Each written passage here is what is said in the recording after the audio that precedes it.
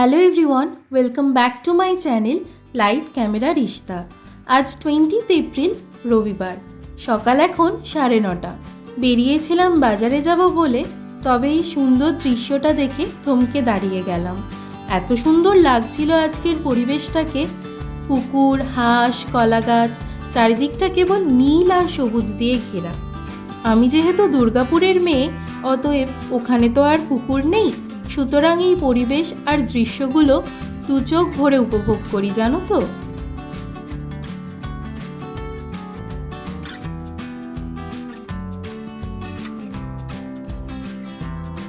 কি সুন্দর লাগছে দেখো এই গোলাপি বাড়িটাকে, ঠিক যেন ছবির মতোই সুন্দর। আর মনে মনে ভাবছিলাম, ইস, ওই বাড়িটা যদি আমার হতো, জানলা দিয়ে বোধহয় সারাক্ষণ ওই পুকুরটার দিকেই তাকিয়ে থাকতাম।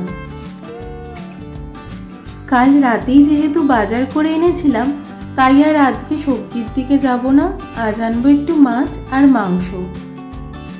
কালকে বাজারে পটলটা খুব ভালো পেয়েছিলাম, জানো তো, তাই রাত্রিবেলাতেই ভেবে রেখেছিলাম যে আজ একটু পটল চিংড়ি বানাবো।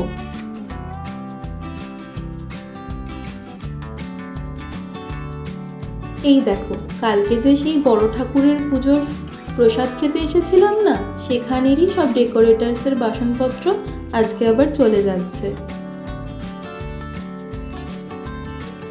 আর ওই যে মন্দিরটা, কালকে কত সুন্দর আলোয় ঝলমল করছিল, আর আজকে দেখো কি ফ্যাকাশে লাগছে।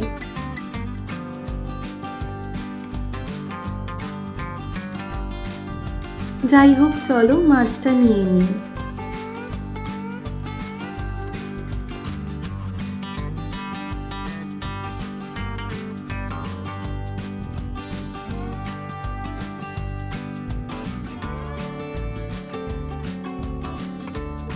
তবে আজকেও আমি লেট হয়ে গিয়েছিলাম, জানো তো। আসলে এখন তো গরমকাল, সবাই ওই সকালের দিকে গিয়েই বাজার সেরে নেয়। তার কারণ 10টা বাজলেই তো রোদের তেজ প্রখর হয়ে ওঠে। মূলত রাত্রিটা আমি ভিডিও এডিটের জন্যই রাখি, ফলত খুব সকাল সকাল ওঠাটাও আমার জন্য কষ্টকর হয়ে ওঠে।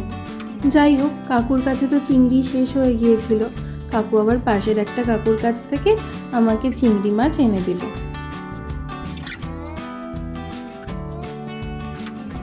এই যে, এই গ্রীষ্মে রাঙা আগুনের মতো এক ভালোবাসা নিয়ে আসে কৃষ্ণচূড়া।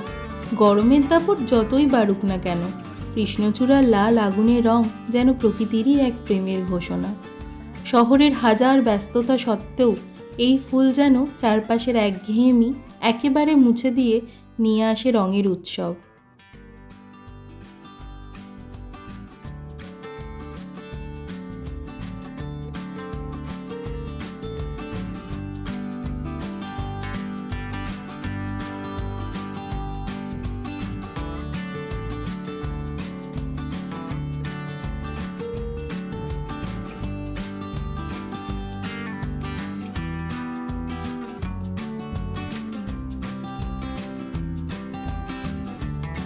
আজকের দুপুরবেলা জানো তো, ভেবেছিলাম একটু কলা পাতায় খাবো, তাই পাশের বাড়ি থেকে দুটো কলা পাতা নিয়ে এসেছিলাম।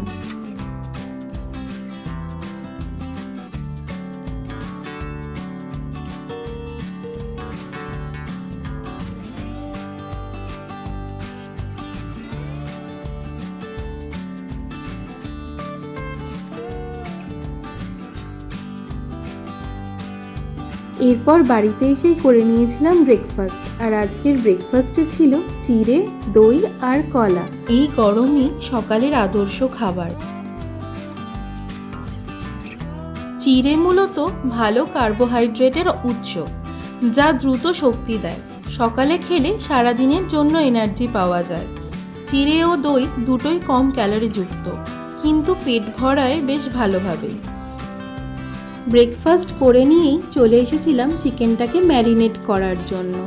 এর জন্য প্রথমেই ধুয়ে রাখা চিকেনের মধ্যে দিয়ে দিলাম আগে থেকে কুচিয়ে রাখা পেঁয়াজ, ছোট করে কেটে রাখা আলু, আদা, রসুন, টমেটো, পেঁয়াজ, জিরে আর শুকনো লঙ্কার একটা পেস্ট, টক দই, নুন, হলুদ, তেল আর ধনে গুঁড়ো। ব্যাস, এবার চিকেনটাকে ভালোভাবে মেখে নিয়ে ঢেকে রেখে দেবো 2 ঘন্টার জন্য।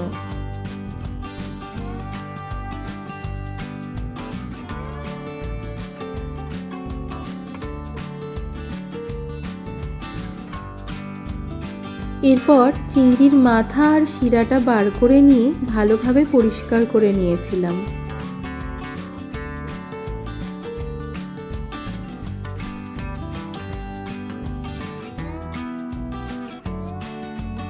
এরপর কড়াই ভালোভাবে গরম হয়ে এলে তাতে সর্ষের তেল দিয়ে আগে থেকে মাছগুলোতে নুন হলুদ দিয়ে রেখেছিলাম সেগুলোই ভালো করে মেখে নিয়ে একে একে ভেজে নিয়ে তুলে নিলাম।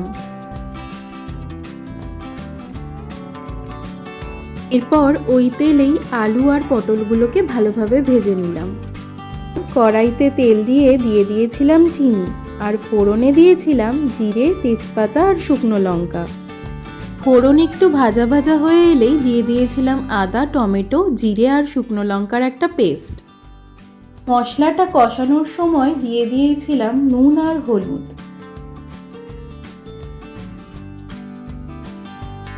এরপর ভাজা আলুগুলোকে দিয়ে ভালোভাবে কষিয়ে নিয়ে দিয়েছিলাম ওই মশলা ধোয়া জলটা।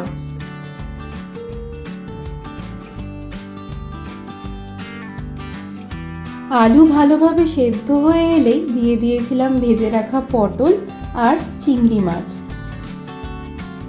ব্যাস, এইবার ভালোভাবে ফুটে গেলেই গরম মশলা আর ঘি দিয়ে দিলেই রেডি আমাদের পটল চিংড়ি।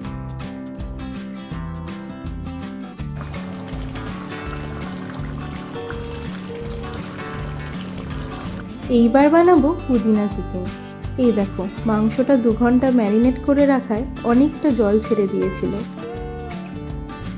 কড়াতে তেল গরম করে নিয়ে দিয়েছিলাম চিনি আর ফোড়নে দিয়েছিলাম জিরে, তেজপাতা, শুকনো লঙ্কা। এইবার ওই ম্যারিনেট করা চিকেনটা দিয়ে ভালোভাবে কষিয়ে নেব।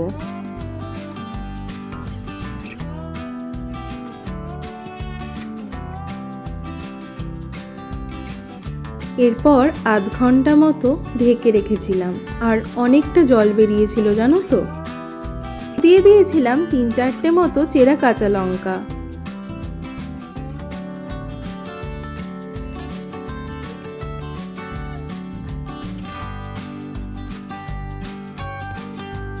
ঝোল এবার ভালোভাবে ফুটে এলে দিয়েছিলাম গরম মশলা। এরপর দেব পুদিনা পাতা আর তার জন্য গাছ থেকে তুলে নিয়েছিলাম বেশ কয়েকটা পুদিনা পাতা।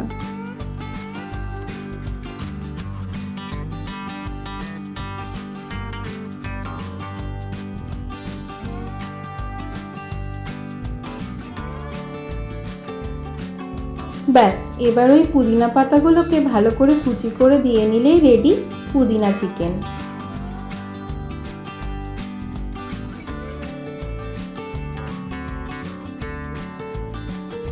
যাই হোক, চলো লাঞ্চ করে নিই। আজকের ভিডিওটা এই অবধি। যদি তোমাদের ভালো লেগে থাকে তাহলে অবশ্যই কমেন্ট করে জানিও আর চ্যানেলটা সাবস্ক্রাইব করে দিও। আজকের মতো টাটা।